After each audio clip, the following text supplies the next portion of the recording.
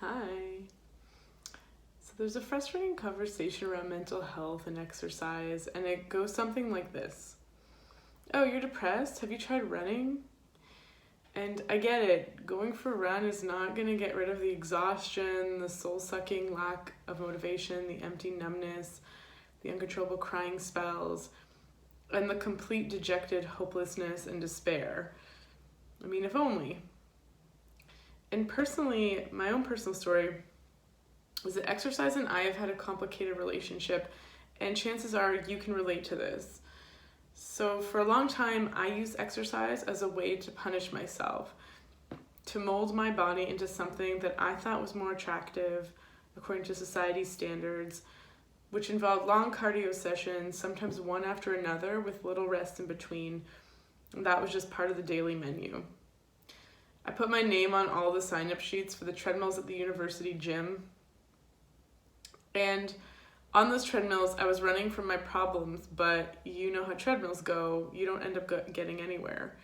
And all of this just further depleted me, furthering the burnout and hormonal disruptions that lay at the heart of my crappy mood. But exercise is one of the first-line treatments for depression for a reason. It supports healthy brain chemistry. It resolves low levels of brain inflammation that might result in low mood. It boosts BDNF, which is like Miracle-Gro for your brain cells, helping you find novel ways around the problems that might lie at the root or compound low mood. And there's also something to be said for how exercise primes your nervous system. Depression and anxiety are largely about being in fight or flight response. And when your body discovers strength, flexibility, balance, perseverance, resilience, endurance, ferocity, stillness, your mind also discovers these things. You start to own your space in the world. And so I was super resistant to getting back into the gym for many years because of my history. Not only was I kind of against the gym in general, I also had no idea how I'd fit gym sessions into my busy schedule. But when my low winter mood only threatened to get worse, I decided it was time to take action.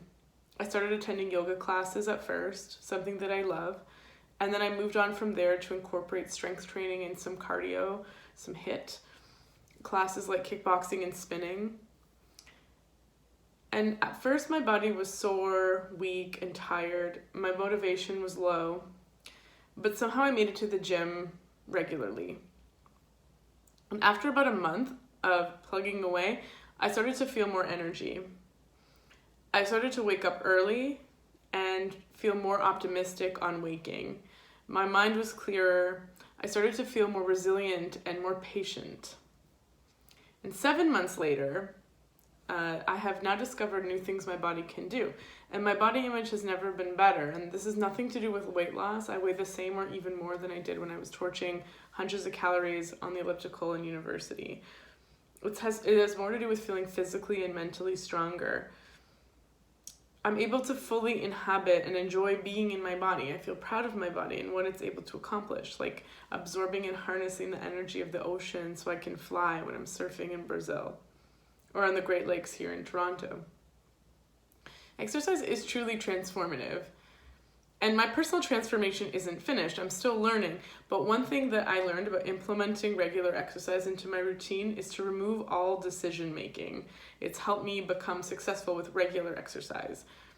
So you have so many daily decisions to make. Do you eat potatoes or rice or wheat? Or should you be dairy free or vegan? Should you wear pants, skirt, or dress? Should you do weights or treadmill or HIIT, and so on? And all of these decisions are fatiguing, so we need to make less decisions in our daily life. So one of the things that helped me just take out all decision making was just attending exercise classes. In an exercise class, everything is taken care of. The type of exercise, what the workout entails, how long it lasts. When you lose motivation, the class just keeps going and you're encouraged to keep going too. So the only willpower required is showing up. The only planning required is sitting down once a week to schedule in the classes that you want to attend. You don't have to plan your workout or what you're going to do or how much you're going to lift or how long you're going to work out for. But sometimes showing up is hard. Sometimes showing up is the hard part. And in those moments when the bed seems extra cozy or Netflix and chips seem way more enticing than sweating it out on a spin bike, I suggest this strategy from the Wild 5 Wellness Program. As soon as you start to think about not showing up, so as soon as the excuses or explanations or the mind starts creeping in, I recommend just starting to count to 5 in your head. So it sounds ridiculously simple, but it takes about 5 seconds to change your mind and talk yourself out of something that you promised yourself earlier that you would do. Like make that 7 a.m. yoga class that you actually always feel amazing after, but in this moment you really don't want to go to. You can disrupt the thoughts that lead to lost momentum by just counting and then just initiating the action that you need to get you where you want to go. So just getting on your leggings. And soon enough, that yoga class just becomes something you do. So when you start to feel those thoughts come in, you start counting 1, 2, and you start initiating the action. And that's it. Let me know how it goes. Let me know how exercise has helped you, or if you're still struggling to develop a healthy relationship with exercise. Learn more at taliand.com.